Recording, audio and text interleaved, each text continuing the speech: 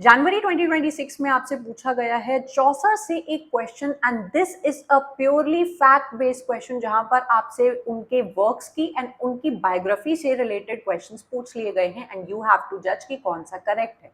Statement A says कि Chaucer's first work the book of duchess is a dream poem on the death of 1368 Blanche Duchess of Lancaster, the wife of John of God।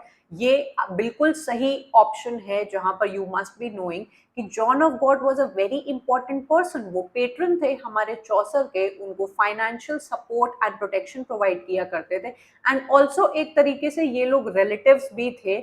हमारे चौसर की शादी हुई थी Philippa रोएट से and उनकी sister की शादी हुई थी जॉन ऑफ गॉड से।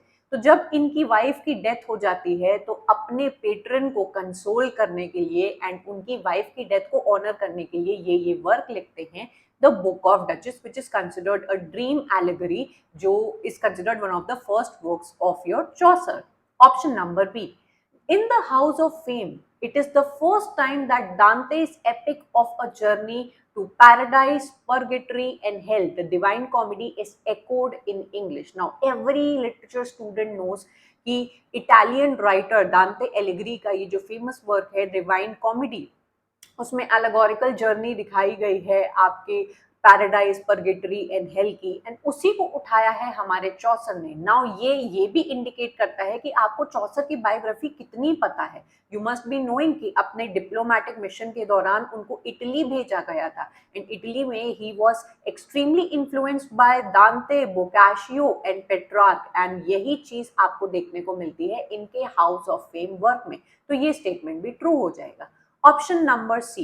The Canterbury Tales absorbs literary, historical, religious, social and moral concerns and transcends them all। ये भी ऑप्शन बिल्कुल सही है कि आपको इस वर्क के अंदर this Canterbury Tales is the finest example of literary richness and variety shown of the 14th century का मिडीवल इंग्लैंड की किस तरीके से वो लोग रहा करते थे, सोशल क्लासेस कैसी थी, उनकी मोरालिटी कितनी स्ट्रॉन्ग थी, ये सभी कुछ इस वर्क में दिखाया है। तो ये वाला ऑप्शन भी सही हो गया।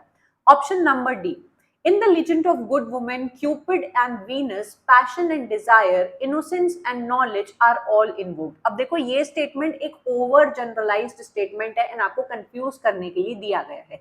जिस भी बच्चे ने लिजेंड ऑफ गुड वुमेन पढ़ा है उनको पता है कि इसके अंदर क्यूपिड एंड वीनस को इन्वोक किया जाता है, पर बाकी जो आपके ऑप्शंस हैं वो एक जनरलाइज्ड ऑप्शन हो गए कि आपको मे बी स्टोरी में देखने को मिल जाएंगे, but exactly in these types of pair आपको नहीं देखने को मिलेंगे, तो ये रॉन्ग हो जाएगा। The miller's tale is an old fashion fable, a story of deception in war, almost similar to the knight's tell. तो ये तो बिल्कुल ही एक फॉल्स ऑप्शन हो गया क्योंकि मिलर की जो टेल है वो एक बॉडी कॉमेडी है, सेक्सुअल एंड इंसेस्ट की चीजों को ये दिखाता है, सेक्सुअल डिजायर को दिखाता है, ट्रिकरी एंड अडल्ट किस तरीके से एक दूसरे को चीट करते हैं ये दिखाया गया है, which is completely opposite to the chivalric romance of your Knight's tell. तो अकॉर्डिंग टू दीज स्टेटमेंट्स आपका जो करेक्ट आंसर है वो है A, B and C. I hope this is clear.